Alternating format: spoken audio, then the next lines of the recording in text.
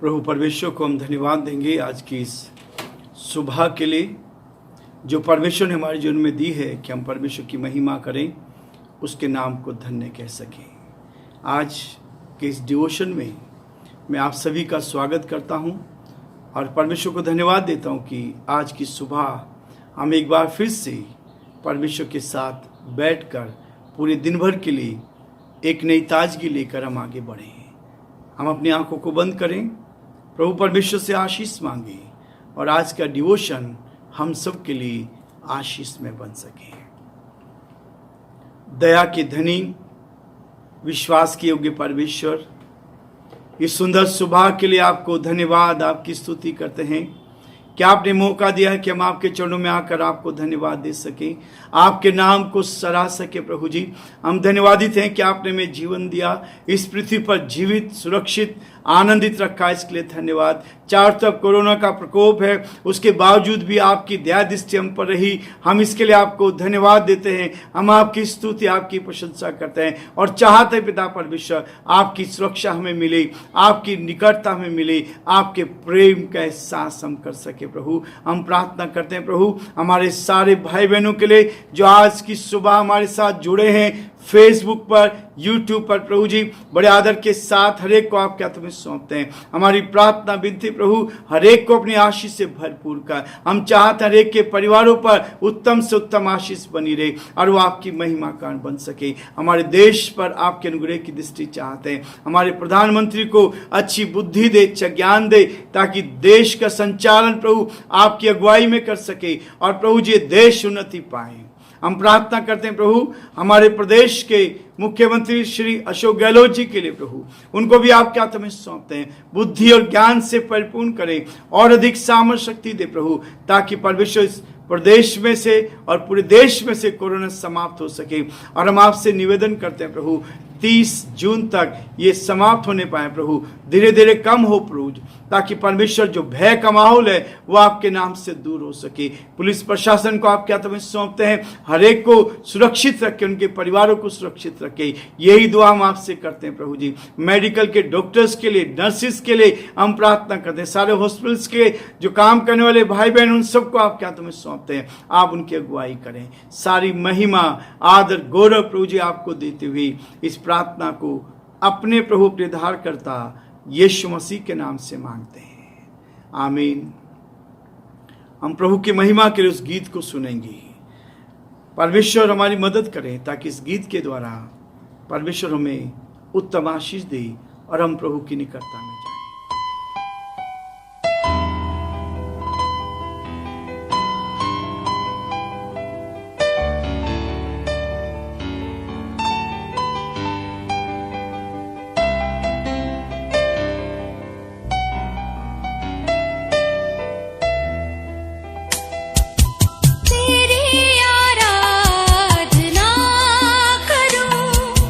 तेरी आराधना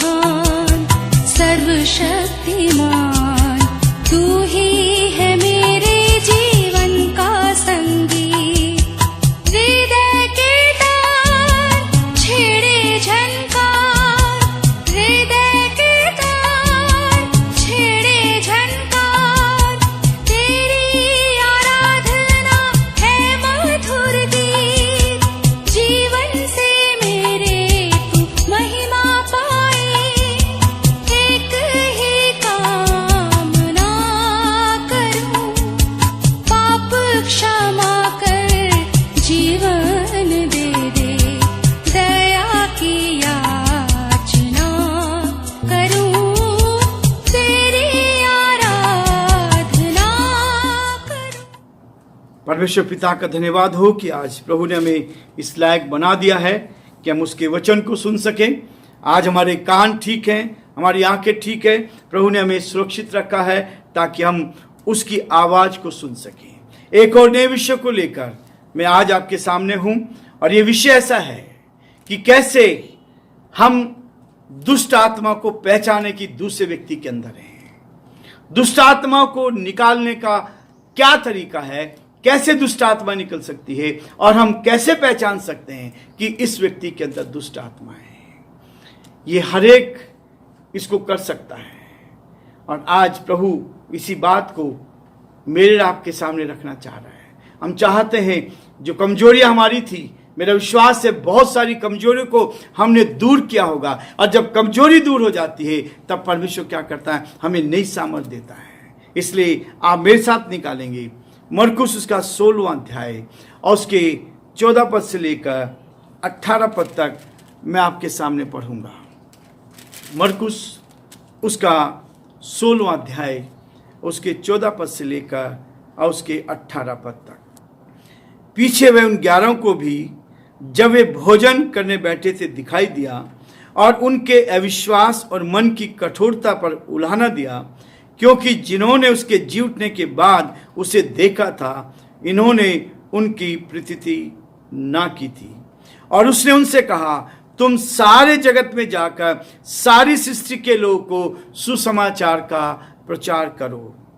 जो विश्वास करे और बपतिस्मा ले उसी का उद्धार होगा, परंतु जो विश्वास ना करेगा वो दोषी ठहराया जाएगा। विश्वास करने वालों में चिन्ह होंगे कि वे मेरे नाम से दुष्ट आत्माओं को निकालेंगे, नई नई भाषा बोलेंगे, सांपों को उठा लेंगे और यदि प्राणनाशक वस्तु भी पी जाएं तो भी उनकी कुछ हानि ना होगी। वे बीमारों पर हाथ रखेंगे और वे चंगे हो जाएंगे। परमेश्वर अपने इस वचन के पढ़े और सुने जाने पर आशीष दे। कैसे हम प्रभु की आज्ञा का पालन कर सकते हैं, कैसे आप दुष्ट आत्मा को पहचान सकते हैं, कैसे आप दुष्ट आत्मा को निकाल सकते हैं। आप कैसे पहचानेंगे कि दुष्ट आत्मा या भूत प्रेत किस मनुष्य में है, इसकी पहचान कैसे होगी, ये आज मैं आपके सामने बताने का प्रयास करूंगा। और प्रभु हमें ऐसी ताकत दे कि हम सब एक साथ मिलकर इस सेवा को कर सकें। ये बहुत बड़ी बात है। यदि आप इसको करेंगे तो प्रभु आपको इस्तेमाल करता जाएगा। और सब चाहते हैं कि ऐसा हमसे हो। जिनमें दुष्ट आत्मा रहती है वे हमेशा अंधेरे में काम करते हैं। पहचान है ये कि जिनके अंदर दुष्ट आत्मा रहती है वो अंधकार में, शैतान के अंधकार को पसंद करता है। वो दुष्ट आत्माएं उनके अंदर रहती है जो अंधेरे में रहते हैं, अंधकार में रहते हैं। दूसरी चीज है, दुष्ट आत्माएं जो हैं, आत्माएं शैतान के व्यक्तित्व को एक दुष्ट हस्ती मानने से इनकार कर देती है। वो आत्माएं जो एक व्यक्ति के अंदर है, यदि आप कहेंगे कि शैतान दुष्ट है तो वो कभी भी इसको मानने के लिए तैयार नहीं होंगे।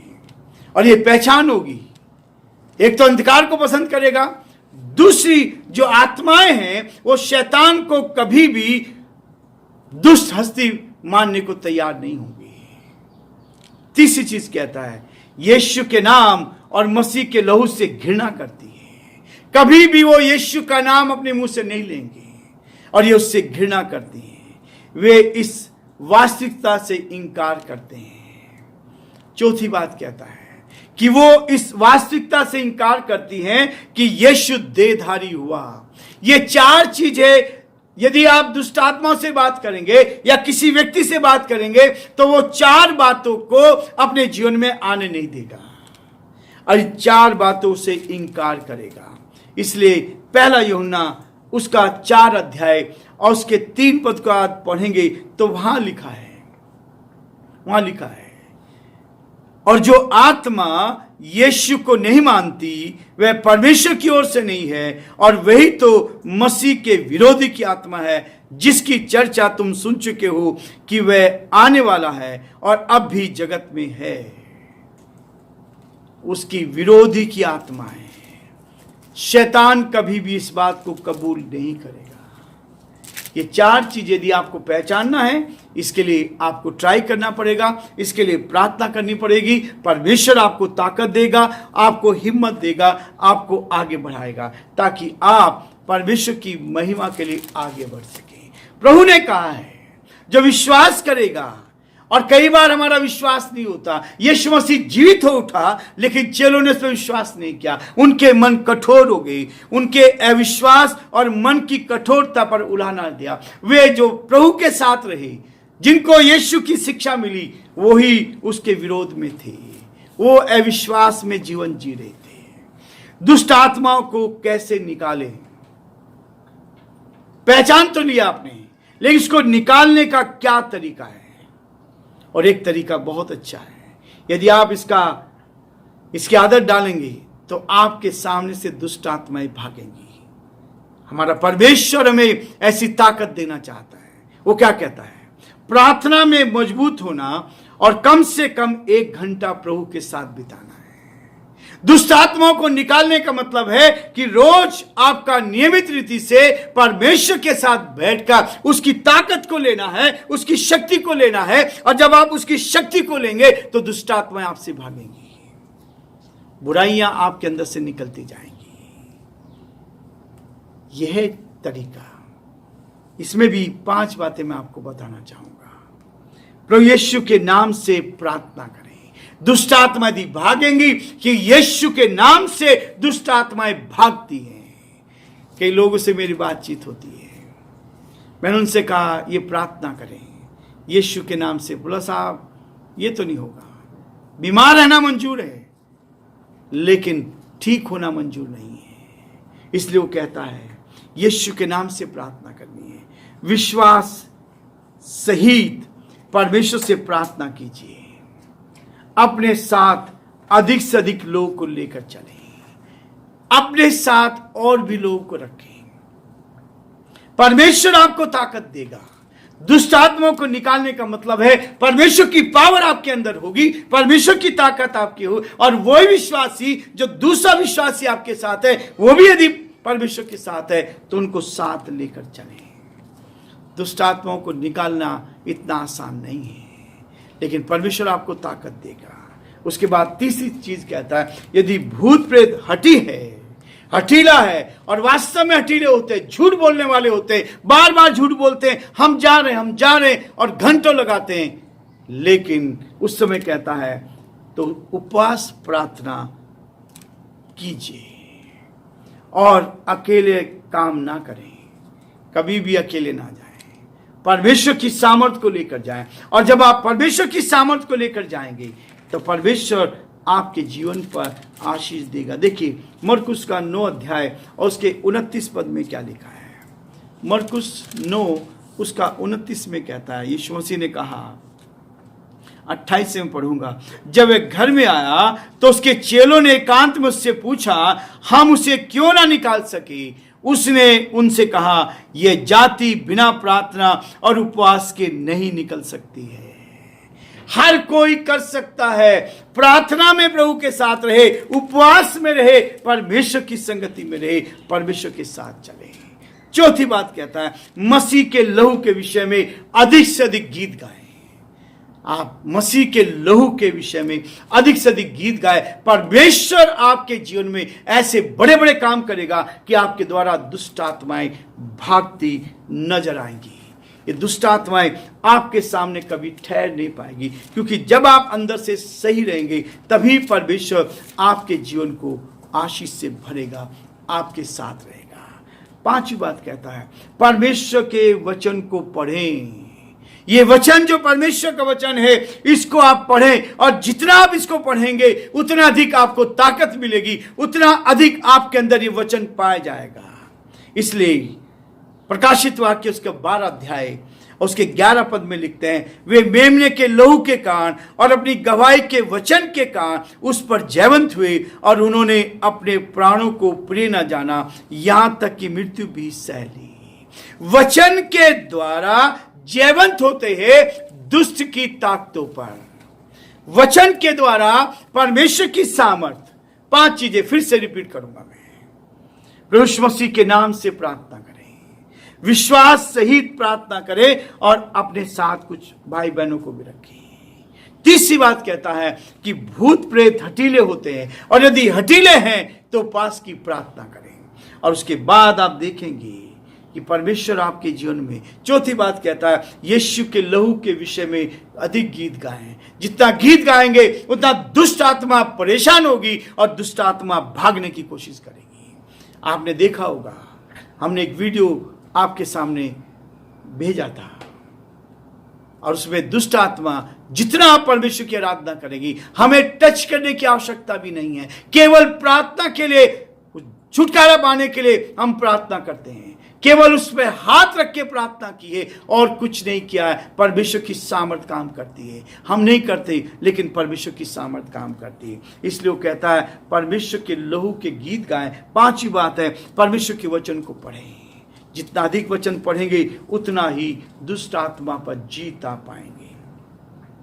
मसीह लोगों में शैतान कैसे घुसता है, अब ये बहुत बड़ी बात हो गई है। मसीह लोगों में, बाहर अन्य जातियों में तो हो सकता है, होता है, लेकिन मसीह लोगों में भी ये क्या होता है, शैतान कैसे घुसता है। पहली चीज आपको बताना चाहूंगा, शैतान हमें सुस्त बना देता है। हम पर भारीपन की आत्मा छा जाती है। सुस्ती के कारण प्रार्थना नहीं करें, सुस्ती के कारण हम परमेश्वर के वचन को नहीं पढ़ते, सुस्ती के कारण हम परमेश्वर के साथ नहीं बैठ पाते। और इसलिए वो कहता है भारीपन की आत्मा छा जाती है, दिमाग असाधारण रूप से मंद हो जाता है, थका हुआ हो जाता है। और इस कारण से क्या होता है, ये दुष्ट आत्माएं मसीह लोग के जीवन में भी आ जाती है। याकूब उसका 4 अध्याय यदि आप निकालेंगे, 4 का 7 पद में बहुत स्पष्ट है। सब बताऊंगा तो बाइबल से बताऊंगा। आपको सामर्थ मिलेगी तो बाइबल से मिलेगी, आपको शक्ति मिलेगी तो परमेश्वर के वचन से। याकूब 4 अध्याय उसके 7 पद में कहता है, इसलिए परमेश्वर के अधीन हो जाओ और शैतान का सामना करो तो वह तुम्हारे पास से भाग निकलेगा। प्रार्थना में सुस्ती, वचन में सुस्ती। जब हम प्रार्थना में और वचन में सुस्ती रखते हैं तो हम कभी भी, और ये दुष्ट आत्माएं हम अंदर प्रवेश कर जाती है। इसलिए वो कहता है दूसरी चीज, अनिद्रा, रात में नींद नहीं आना। इसलिए हम कहते दुष्ट आत्मा नहीं है। रात भर आजकल की पीढ़ी में, आजकल के लोगों में नींद नहीं आती है, निद्रा है। वो जगते रहेंगे, थोड़ा समय दिन में सो ले, रात भर 2 बजे 3 बजे तक लगे रहेंगे। यदि शैतान हमें नींद से दूर रखने में सफल हो जाता है, ये शैतान का उसका भूत है जो हमारे अंदर छा जाता है। वो कहता है यदि वो हमें नींद से दूर रखने में सफल हो जाता है, हमारी चेतना धीरे धीरे समाप्त पड़ने लगती है। हमारी चेतना धीरे धीरे क्या होती, धीमी पड़ने लगती है और हम परमेश्वर की संगति से अलग होने लगते हैं। तीसरी चीज कहता है हमारे कर्तव्यों का दबाव। कई बार ये दुष्ट आत्मा इसलिए आती है, हमारे कर्तव्यों का दबाव हमारे ऊपर बढ़ता चला जाता है। यदि हमें थका हुआ, पराजित और चिड़चिड़ापन बना देती है, हम चिड़चिड़े हो जाते, हम किसी की बात मानना नहीं चाहते, हम किसी की बात सुनना नहीं चाहते। चौथी बात कहता है शैतान हमारे दिमाग को खराब कर देता है। शैतान क्या करता है, हमारे दिमाग को खराब कर देता है। और वो क्या करता है, 2 कुरिन्थियों उसका 4 अध्याय और उसके 4 पद को आप पढ़ेंगे। 2 कुरिन्थियों 4 अध्याय और उसके 4 पद में क्या लिखा देखिए। और उन अविश्वासियों के लिए जिनकी बुद्धि इस संसार के ईश्वर ने अंधी कर दी है, ताकि मसीह जो परमेश्वर का प्रतिरूप है उसके तेजों में सुसमाचार का प्रकाश उन पर ना चमके। कई बार संगीत वाले गीत गाए सोचते हमने बहुत बड़ा काम कर लिया, लेकिन वचन सुनना नहीं चाहते हैं। कई चर्चिज में मैंने देखा है, क्वायर सामने आएगी, ओ खूब धूमधाम से ऐसा करेंगे, बहुत अच्छी वर्शिप करेंगे, और उसके बाद बाहर जाके बैठ जाएंगे। बोला थक गए हैं साहब, वचन सुनने के लिए हमारे पास समय नहीं है। इसलिए पांचवी बात क्या था, मृत्यु शैतान हत्यारा है। लास्ट में वो हमारे अंदर भूत आता है, दुष्ट आत्माएं आती है, वो अंत क्या है उसका? अंत है हत्या कराना। और बड़े बड़े, अभी आपने देखा फिल्म स्टार सुशांत ने क्या किया? हत्या कर ली, आत्महत्या करी। शैतान ये काम कराता है, चिड़चिड़ा करा देता है, एकांत में ले जाता है, और वो आखिर में हमें मृत्यु में पहुंचा देता है। और ये मृत्यु है, आत्महत्या करा देता है। और ये आत्महत्या है जिसके कारण शैतान यही चाहता है ताकि आत्महत्या हो और हम नरक की आग में चले जाएं। अय्यूब उसका पहला अध्याय और उसके 12 पद को आप पढ़ेंगे तो शैतान ये काम करता है। पहला अध्याय अय्यूब का उसका 12 पद। यहोवा ने शैतान से कहा, सुन, जो कुछ उसका है वह सब तेरे हाथ में है, केवल उसके शरीर पर हाथ ना लगाना। तब शैतान यहोवा के सामने से चला गया। वो हत्यारा है, आत्महत्या के द्वारा वो हमें मारना चाहता है। सातवीं चीज क्या था? धन खर्च करने की आदत। धन खर्च करने की आदत हो जाती, और अधिक धन खर्च करे। शैतान हमारे जो कमाई आपने नहीं की उसको भी खर्च कराना चाहता है। फिर हम क्या करते? उधार लेकर गुलाम बनते जाते दूसरों के लिए। आगे फैशन की होड़ में आदी हो जाते हैं।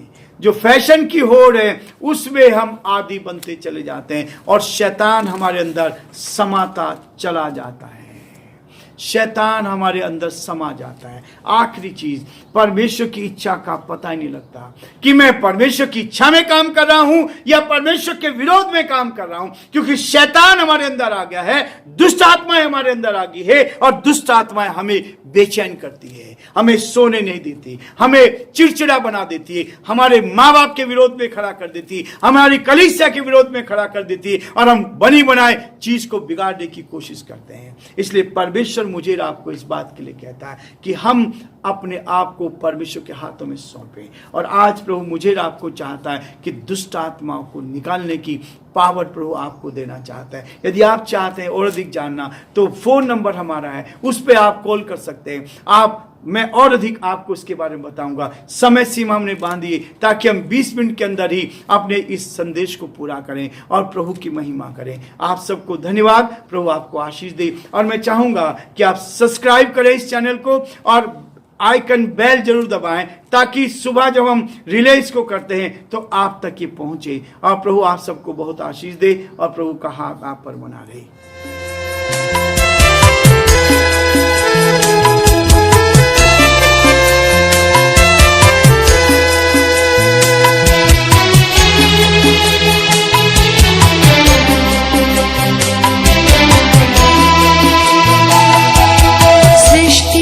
के हर एक कण कण में छाया है तेरी महिमा का राज। सृष्टि के हर एक कण कण में